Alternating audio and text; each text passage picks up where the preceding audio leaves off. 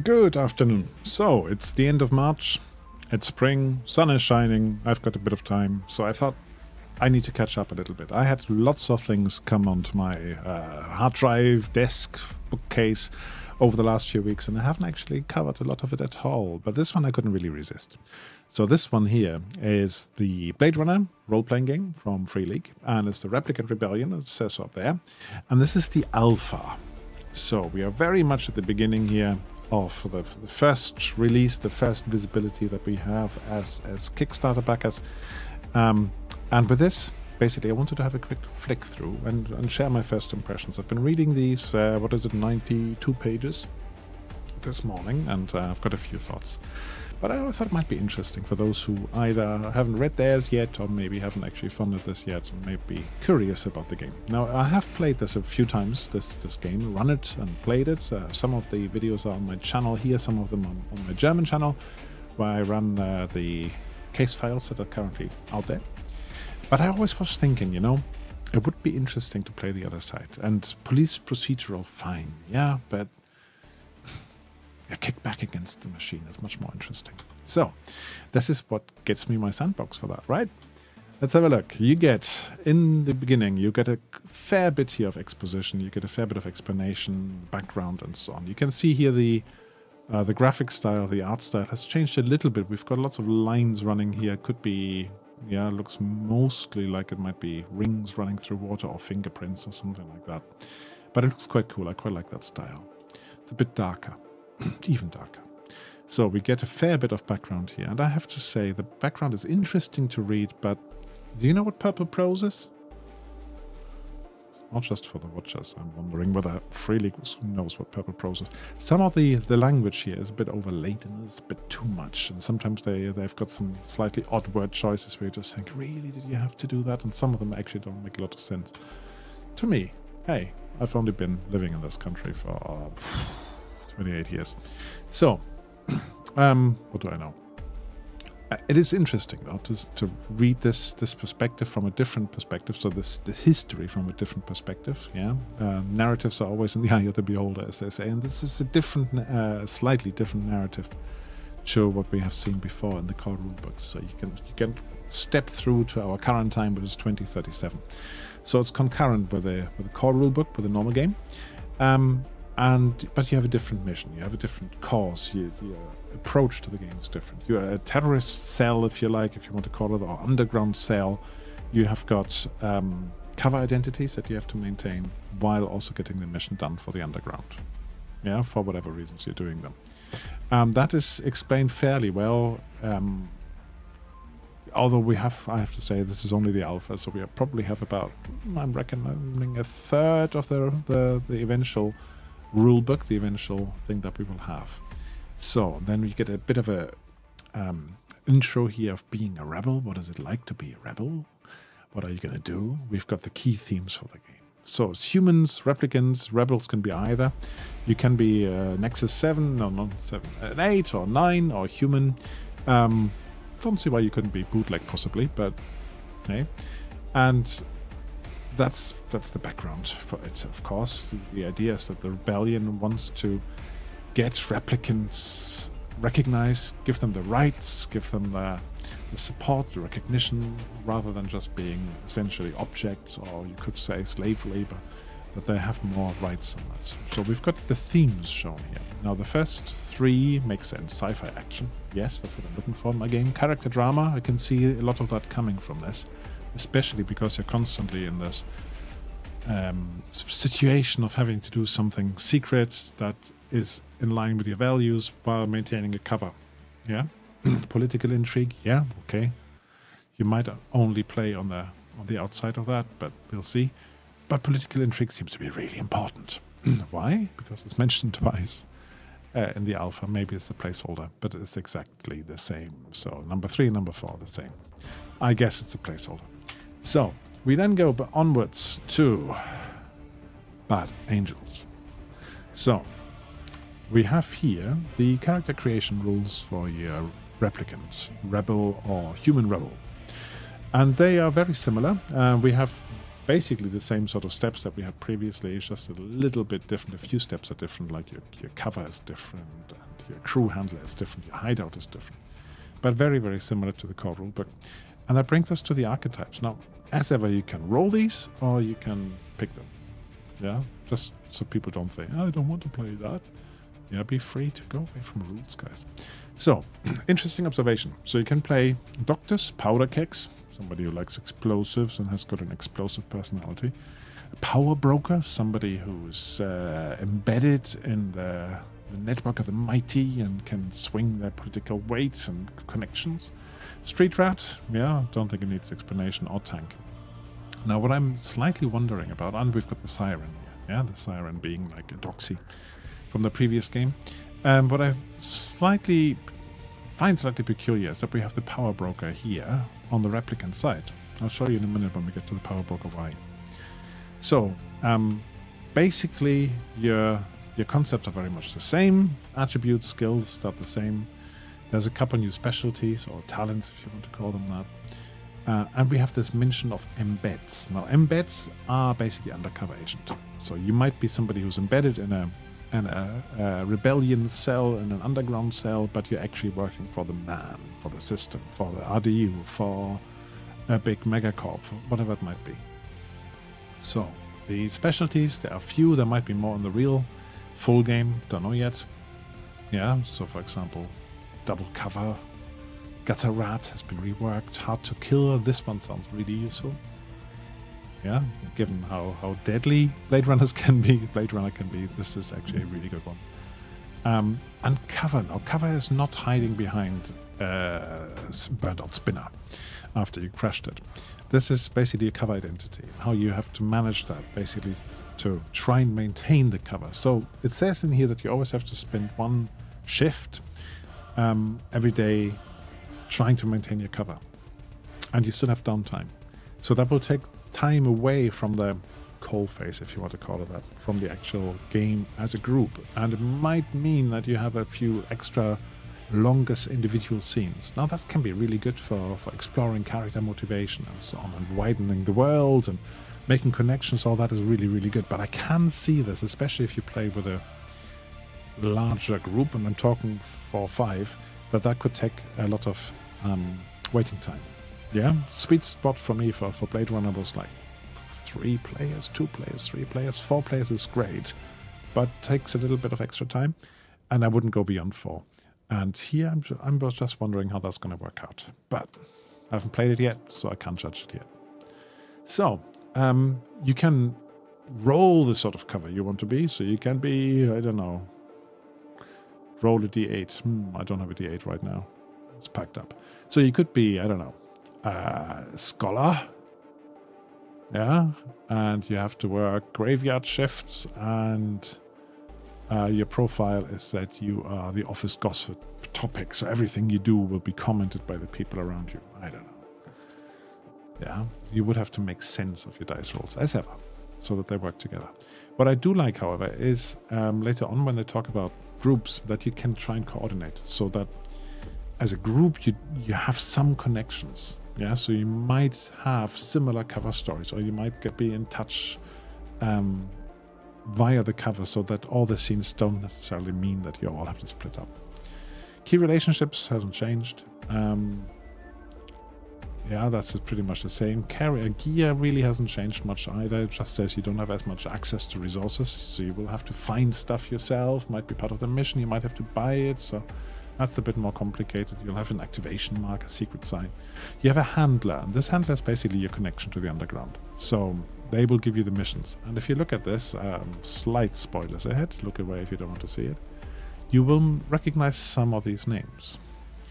One problem here with number 8, in case you have got your eyes closed, is that this person, for example, in my playthrough, is no longer amongst the living. But yeah, small problem. You can always replace it. You also get a hideout. You can look again. The hideout gives you a little bit of flavor for what this place is like. Of course, you can make up your own, yeah? But this, I think, is really nice for the flavor it provides. Like, for example, I really like this one. Where's it gone here? the recording studio. Here, number 10. The soundproof recording studio owned by your unexpectedly popular cover band. Might have to answer the door. 1 second.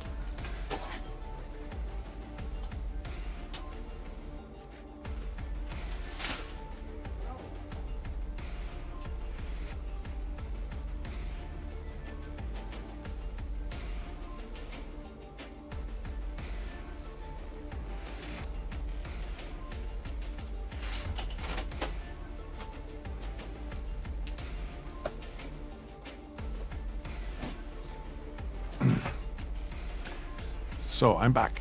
Where were we? Hideout. Yeah, I quite like this idea that you could, as a cover, you could actually be traveling around as a band, and that is your resistance cell, because it gives you lots of things you can do. Yeah. And then you might actually have to play out the different gigs. I quite fancy that one. So cover points. Oh yeah, there was something I missed, wasn't there? Rebel points. In the core game as it is, you have two different currencies. You've got humanity points and you've got promotion points. Here you have rebel points and cover points. So rebel points you earn for doing something for the resistance, and that allows you to increase your skills. Yeah, I won't say much more than that. Cover points basically allow you to maintain your cover, increase your cover, become less suspicious when the heat rises. So if you do things that are noticeable, then the heat level goes up a bit, like in Grand Theft Auto, for example, and you might become listed, or people might pay attention to what you're doing, or might be looking for you with a warrant. And this here will allow you then to rebuild your cover, to reduce the heat. So that's one of the mechanisms. Now we get into the archetypes. Keep it brief. You've got a doctor. I really like the art again here. So you've got the doctor. You have the powder keg, which is a bit unclear, but basically somebody who likes explosives, it says. But then if you look at the talents, it doesn't say anything about explosives. Then we have the power broker. Now, power broker I mentioned earlier, where then I have got a slight question on it. So if you remember from the table earlier, power broker says you can either be replicant or human. So if you look into here, you were born into the uppermost echelon of high society. Social climber? Okay, that can happen for replicants. That's fair enough. But then, your family could buy half the city, burn down the rest, and face little more than an official reprimand.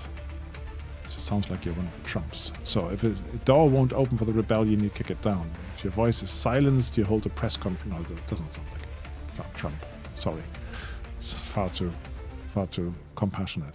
So the problem here is basically, how would this happen? How would you have a rich family if you were a replicant, especially if you're Nexus 9? It doesn't quite work for me. Yeah, so maybe it's an oversight, maybe I'm just not seeing it. Oh, yeah. Siren. Basically the doxy. Yeah, somebody who's very good at influencing people, being what they want, and then basically hitting them. Street rat, somebody who makes a living on the fringe. Yeah. Appearance, D3, I quite like this one. $1 t-shirt, $2 jeans, $500 sneakers. Okay. It does paint a picture, doesn't it? And the tank. I don't think I need to explain the tank. So, benefits and hazards. This page that we come to, you will have noticed a bit different. I think this is a Johan Noor creation, if I read this correctly. The guy who's also done a lot of layout for the Stockholm Cartel, for the Merc Warrior franchise. And it really sticks out. So I quite like that it breaks the format from previously for sort of a fluff piece here. But, fluff piece I have to say something about. But my rule text I probably would prefer to look like that. Yeah, let's see. Speaking of fluff piece, earlier on I mentioned that we have this introduction here, the first 16 pages, this introduction. I did say something about that, didn't I? Purple prosy. I think this is overwritten. I think that basically somebody's trying to be extra clever and put lots of extra adverbs in, little qualifiers and little turns of phrase, which for me don't always come off. So for me, actually, this is hard to read. But anyway, I think I mentioned that already, so won't go into that too much. So we've got the archetypes. And then we go into what is it like to be living between shadow and light. Yeah, we have a few stakeholders explained here, and I reckon that each of these sections will have much more to it. I think so, especially these things down here. Quote, quote, long quote, although that would be quite witty to have that as a quote. So we have the stakeholders, the key characters, key big players in here, criminal enterprises, just to give you an idea of what you can do with the stories. Yeah, sympathy movement and empathy movement, and I'm expecting there will be more to this. Then we have the operations, only one page at this point, how you actually run an operation. You're basically given missions, operations by your handler. You're not necessarily getting any explanations. Just going to say, do this, do that, achieve this, achieve that. And you have to do the missions you're given. So, could feel a little railroady, I suppose, but if you do a few of them, one after the other, and you see some connections, then you enable more choice about what you do and why you do it. Heat, I mentioned already, heat levels. If you'd, for example, do something nasty like killing a major corporate or political leader, massive explosion, block war, escape of key rebel leader, you'll very quickly have the full force of the RDU behind you. Yeah? Just in one step from 0 to 5. That's the idea behind it. So cover mentioned already, don't want to go too much in it. There's this concept of turf, so different regions of the town are either favorable or unfavorable for you. You've got some bolt holes where basically you can be relatively safe, and then there will be other regions where you just turning up will set people on edge. And there are some examples and suggestions what that could look like. So, for example, let's have a look at something here. Arts District. Hysteria Hall is a rebellion safe ground, for example, but the University of Los Angeles Medical Center is a hot zone with securities everywhere. Yeah, it's nothing here you couldn't think of yourself, but it helps to have a bit of a starter. Then we have a little bit of extra information about the city, because you can't just drive around in your spinner all the time, so how do you get around? And there's a little bit of one page here, travel mishap. This is a little bit like Forbidden Lands, isn't it? Embeds, again, how to play the undercover spy, and then we get a little bit more on technology and how the underground actually communicates. That's quite nice. A few more weapons. Yeah, in the typical style that we had previously. How to work with networks and connections, and this is where we come to the next bit. A lot of the art style has been redone, and it's very blue and purple. I mean, it's the style they went for, fine. But then Seraphine, bless her, who comes from the Fiery Angels case file, doesn't quite fit that yet. Maybe they're redrawing, don't know. Or we have Styles and the Aurelian, who were from the starter set, and yeah, you can see that they're different generation. So maybe they're gonna adjust it, I don't know, but they are jarring a little bit at this moment. Yeah, Provocateur, we know Gaff from the films, of course. Amara was there before, so that was reworked. Yelle here, he was reworked already. Quell was reworked, so I'm guessing they're reworking it. So then we have the character sheet, and that's the last bit. Now the character sheet is basically the same. At the bottom here, it doesn't say promotion points or humanity points, that's a change. The middle is all the same. At the top we have a handler now, we have a hideout now, we've got a cover. But very much the same. And of course you can be human in 8 or in 9. So that's my first flick through. It's not more than that. I do fancy running this. I have to say, I've got this case file that I was trying to make at some point, which I always thought would be better to play from the Replicant side.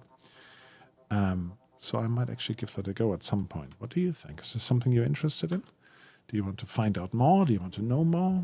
I'm guessing this is going to be at least 6 months before the beta comes out, but I might be surprised. And yeah, if you want to know something more, you can either ask now or you can leave a comment. Leave us a like if you think this is content I should do more of.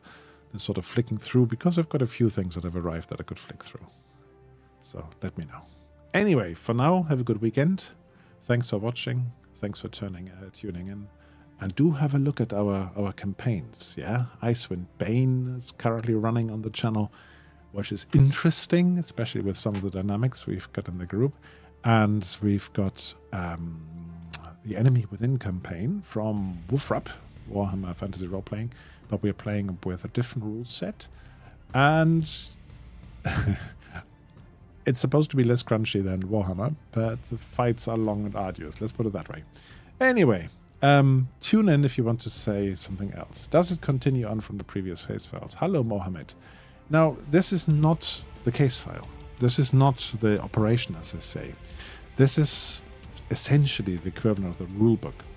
So, from what I've got in front of me right here, I couldn't answer that question. However, from what I've read beforehand, I think it's called the Immortal Game. The three, I think they said it's a trilogy, 3-part adventure with the Fire Angels and the first bit.